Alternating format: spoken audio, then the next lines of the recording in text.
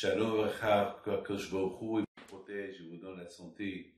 Bracha Betzlacha Be'ud Keneratson. On s'approche à la Hilula de Rabbi Haim Pinto, si Dieu veut, le 7 septembre à Essaouira. Et là, je voudrais vous raconter une très belle histoire. Une histoire spectaculaire. Une fois, j'étais à la maison, à Lyon. C'est une histoire qui date de plusieurs années. Et je reçois un coup de téléphone d'un ami qui me dit qu'il habite à Genève, qu'il voudrait bien discuter un peu avec moi dans l'avion il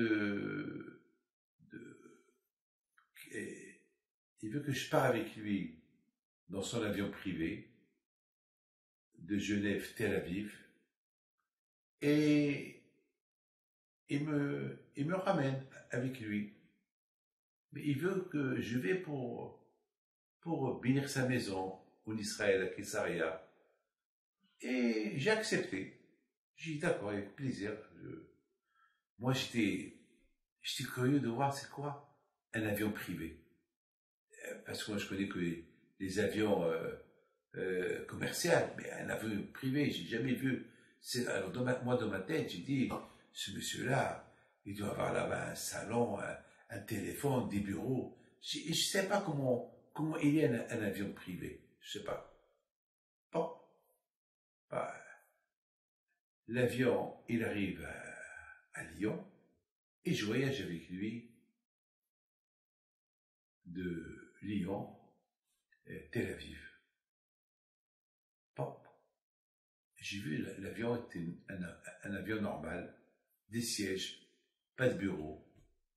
Et pendant 3 heures, j'ai vu le monsieur, il s'appelle Bruce, monsieur Bruce, je ne peux pas, que Dieu repose son âme en paix, il est décédé. Il était en train d'étudier la Torah pendant 3 heures du vol.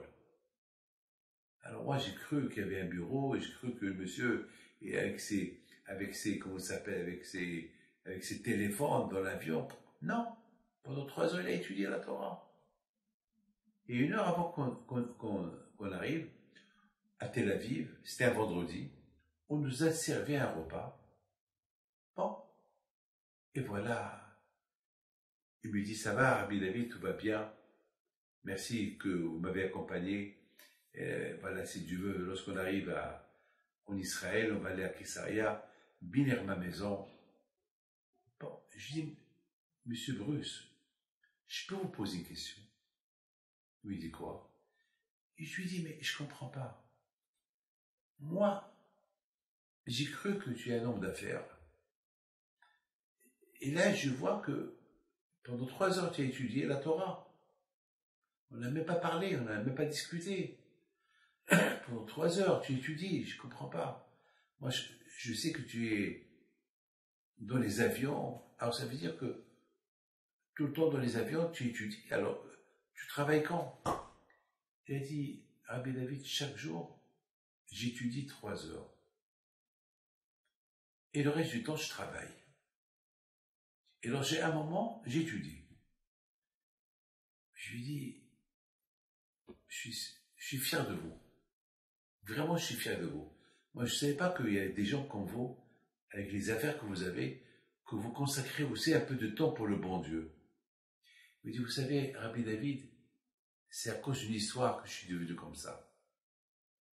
Il y a 3 ans, j'ai financé la gare de Haïfa. Et le dimanche, je suis parti pour l'inauguration. Et bien sûr, il y avait là-bas le maire de Haïfa, il y avait là-bas les gens de la Knesset. Et je suis parti pour l'inauguration. Et j'ai vu un monsieur qui était debout quelque part, avec un livre de Torah. Et je passe à côté de lui, et je lui dis, Kolakavod, je suis fier de vous, que même en attendant le bus ou le train, vous êtes en train d'étudier la Torah, je suis fier de vous. Alors lui me dit, vous êtes monsieur Bruce? parce que j'ai vu votre photo partout, et je savais que vous allez venir aujourd'hui inaugurer, et je ne savais pas que vous allez venir me parler. Ben, je suis fier de vous, pour ce que vous avez fait ici.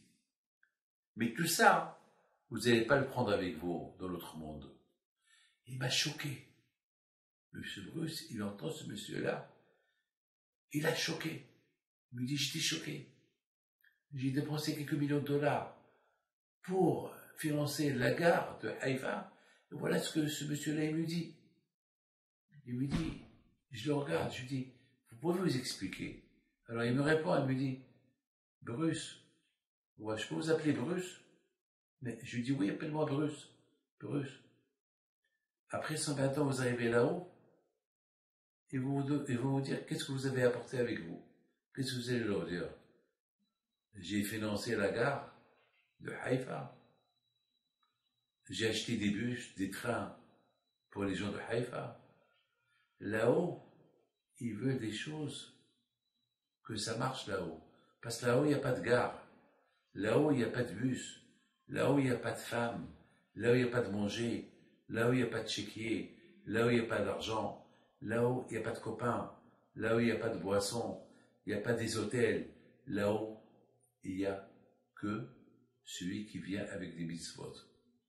Bruce, là-haut, ça marche que si vous avez supporté la Torah, vous avez aidé les pauvres, et vous avez fait des bonnes choses. C'est ça qui marche là-haut. Et surtout la Torah. Ce qui marche le plus là-haut, celui qui vient avec la Torah dans ses mains.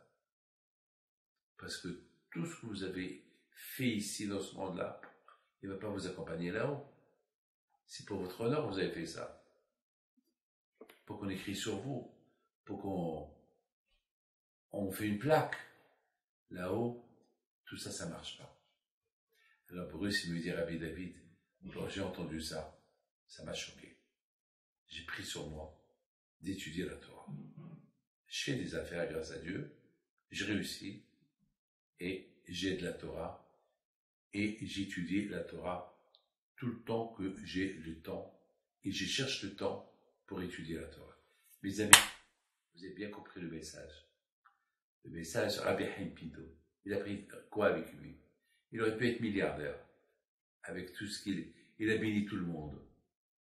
Mais il a pris avec lui des choses qui s'appellent mitzvot et Torah. Que son zéro soit avec vous, Amen, Kalasor. Et Bisrot, la Hilula du 7 septembre, soit avec vous, Amen, Kalasor. À très bientôt.